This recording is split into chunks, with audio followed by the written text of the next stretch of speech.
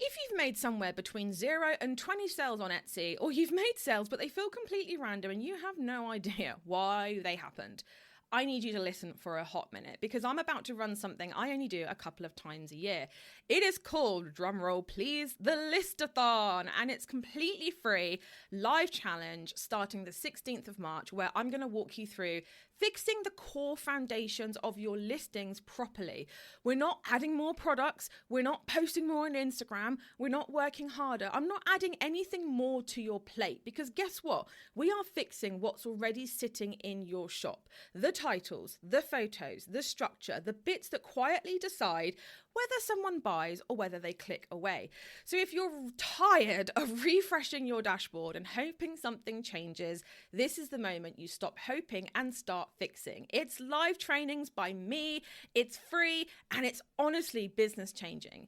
It's for the handmade business owner who knows their products are good, but their shop just isn't pulling its weight yet. Spots are open now. Go to handmadebosses.com/listathon week. Link will also be below, and get yourself signed up to this free life-changing challenge. I promise you, you're going to love it and you're going to take something amazing away from it.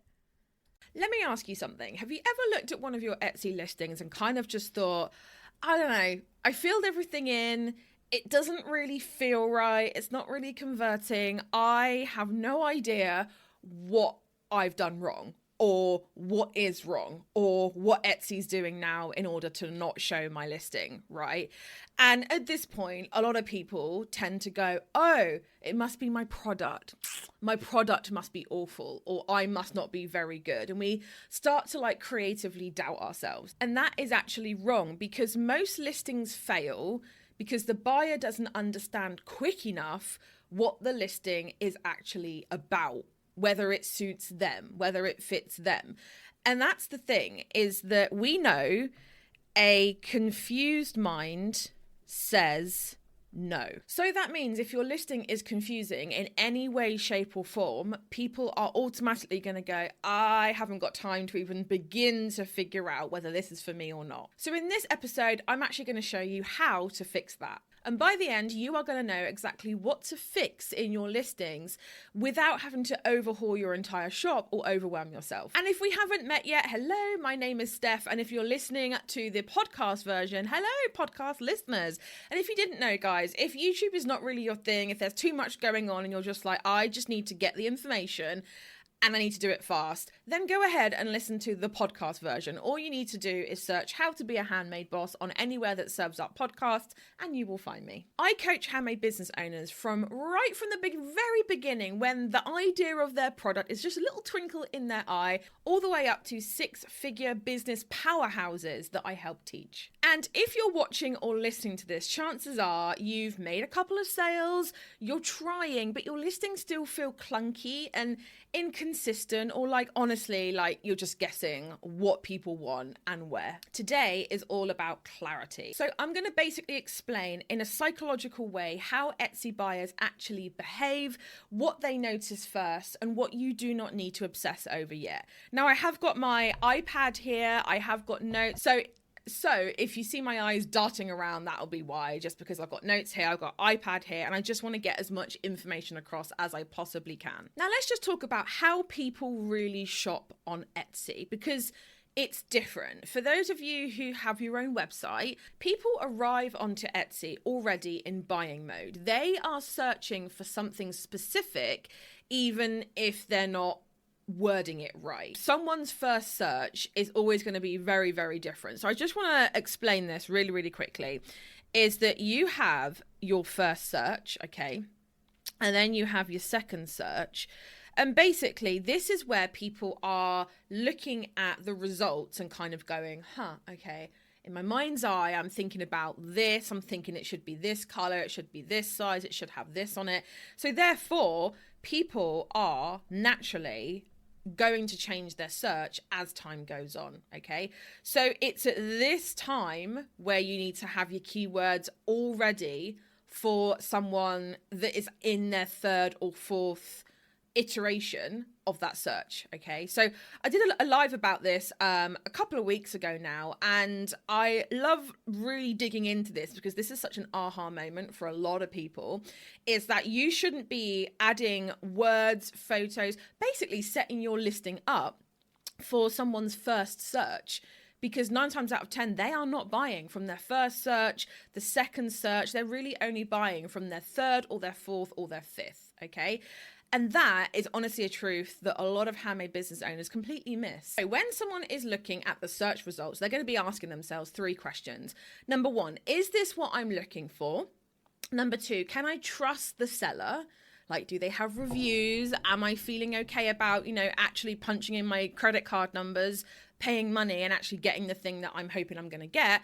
And number 3, does this feel worth the money? Now, for a lot of you who are concerned about, oh, hey, is it that people are not spending right now? Is it that the economic climate, political climate is just making people go, I'm not going to spend? The thing that I've seen and tested over and over and over again is this whole idea of value, okay? Now, it's not that people are not spending, it's that people need to be convinced of all those 3 questions. Is it what I'm looking for? Can I trust this person? But also, is it worth the money?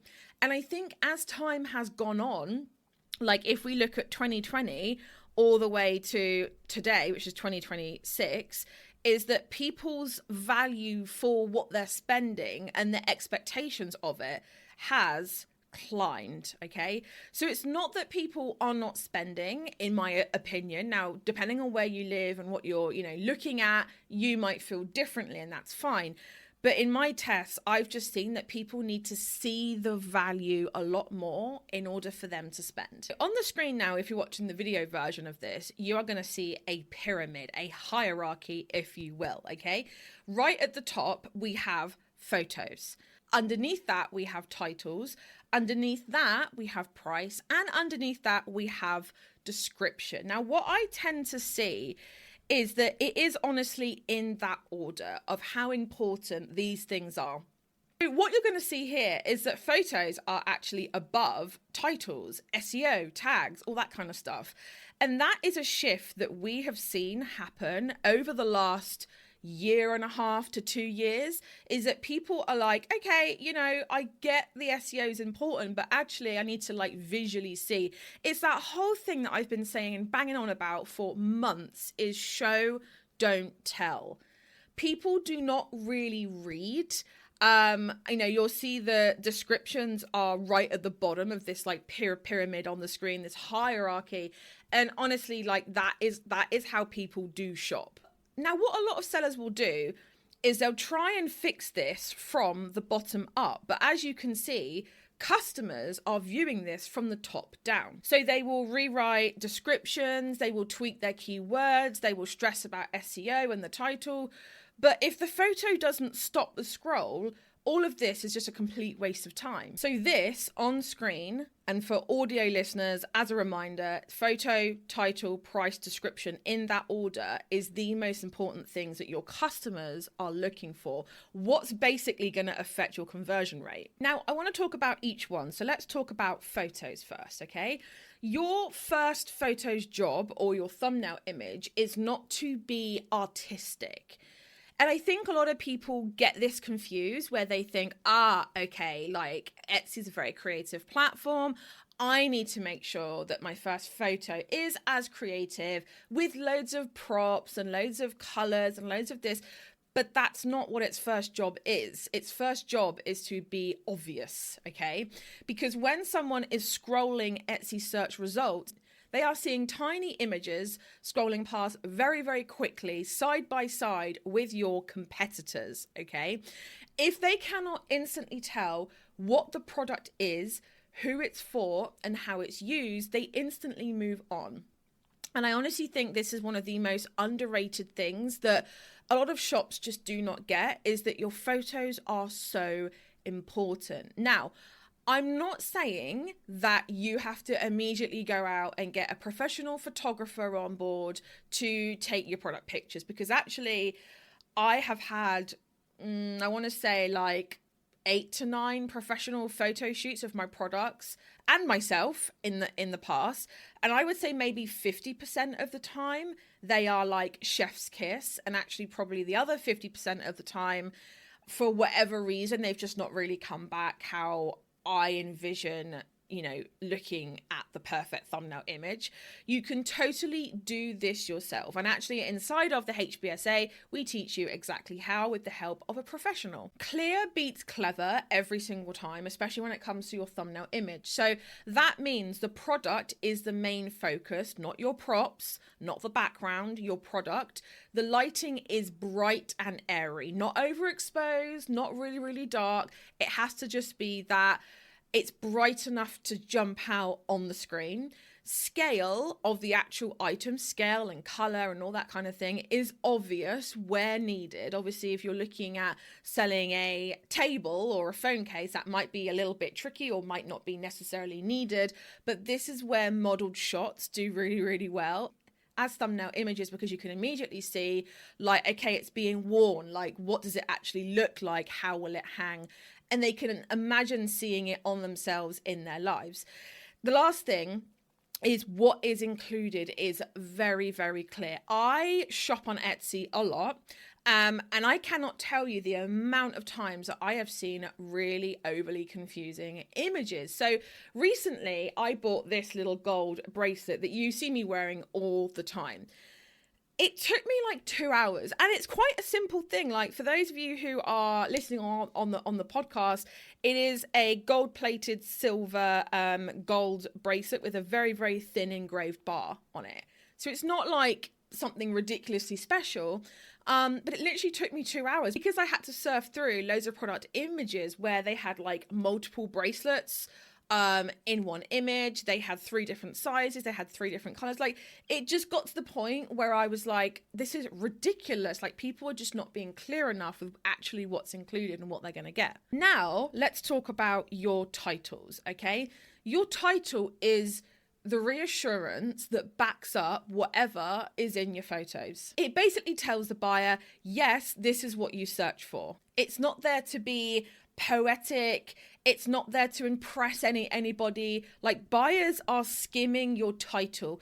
And to be honest with you, they're only really looking at the first third, because the rest of it is either hidden or they just cannot be bothered to look at it. If your title is only making sense after someone clicks, to get into your listing to expand it, it's no good. Also, one other thing is you do not need to keyword stuff. I see this happen a lot where someone will go silver necklace, silver elephant necklace, 925 elephant necklace, you don't need to really be doing that. It's not 2015 on Etsy anymore. Like, keyword stuffing doesn't really work. And going back to that whole search thing again, if someone's 3rd, 4th or 5th search is personalized pink teacher gift mug, your title needs to exactly match that in the first third, because that is then going to reassure the buyer, okay, yes, this is exactly the thing that I search for, therefore it's exactly the thing that I want. We basically call this the rule of continuity, and that means that you have to match up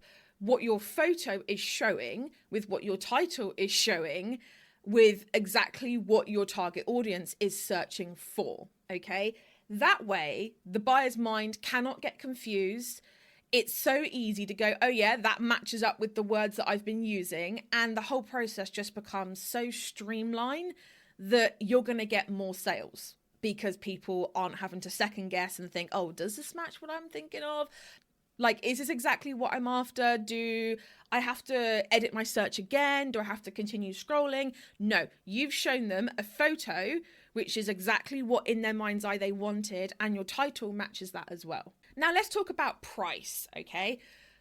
I'm not going to talk too much about price because a lot of this depends on what the product is, how you make it, how many hours it takes. So I can't really have any opinion on what exactly your prices should be. But that whole thing in the beginning of this where I said buyers now need to see the value, and it needs to be like a show, don't tell, is super, super important. So what I would say is perceived value pricing is more important than ever, which means you don't want to be the cheapest, because buyers, especially on Etsy, they're not coming in with the intention of getting the cheapest possible thing, because there's Amazon for that, there's eBay for that, like whatever, they can go there.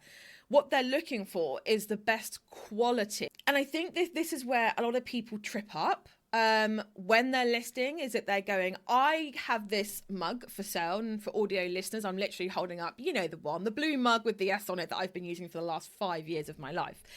They literally will go, oh, hey, that's a blue mug with an initial on it. Therefore, I need to undercut everybody else that has that same thing. But what you're not taking into account is that, yes, competitors might be cheaper, but also their photos might be awful, their titles might be awful, their customer service, their reviews might be awful. So you're not on like a level pegging with every single competitor out there.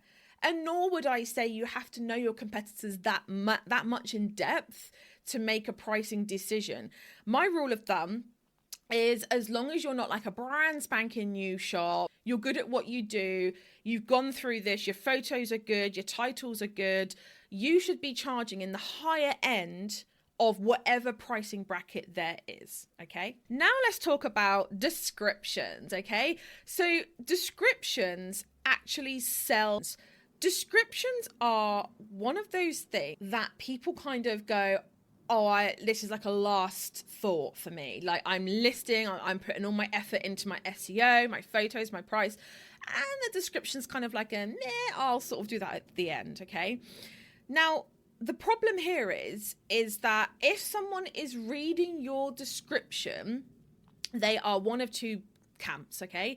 Camp number one, they are a little bit confused about what you're visually showing them and maybe your title, okay? So they need to find out a little bit more before they buy, or they've already decided and they just need to like solidify their decision.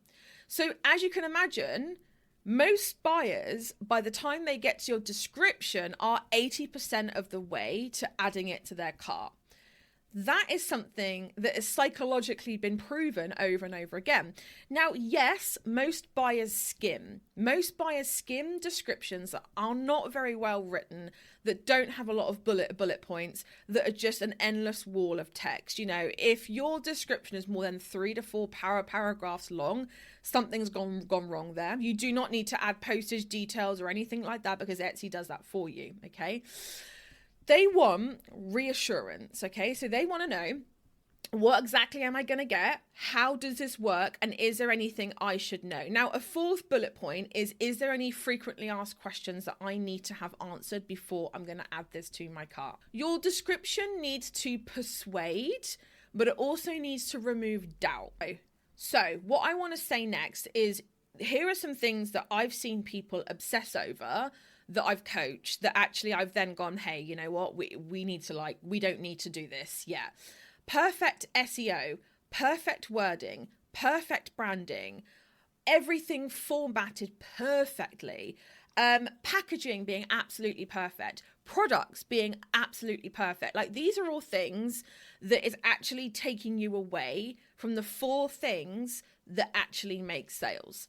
Photos, title, price, description, in that order. All right, so I'm going to leave you with your homework, okay? And your homework for this week is to choose one listing, and I want you to go through the hierarchy. Is the first photo clear? Does the title say exactly what it is? Is the price in the upper bracket, and is it perceived value pricing? And does the description remove doubt? Fix only that one listing this week, and then maybe do another one the next day or the next week or whatever. Just go through this video. Please do not watch it. And then that's it. You're never going to view it again, because honestly, this is exactly what you need to focus on. And I mean that. This will increase your conversion rate. Master these 4 things, and that will help you. All right, if you like this video, if you got some value from it, please do not forget to subscribe to my channel. If you're listening on the podcast, hey, subscribe there too. You can subscribe anywhere. And if you want to like interchange, if you're like watching the video and you're thinking this would be better on the podcast or vice versa, then you know where to find me. I'm on YouTube and I'm on anywhere that serves up podcasts. But for now, guys, thank you so much for listening/watching, and I will see you all real soon. Bye, everyone. Thank you so much for tuning in today. If you love this episode, make sure you hit the follow button so you never miss the next one. And also, why not come and hang out with me on Instagram? It's at Handmade Bosses for daily tips, behind the scenes. And also don't forget, you can catch the video version of this podcast over on YouTube too. Until next time, keep going towards your handmade business goals, boss, because the world really does need those special creations that only you can make.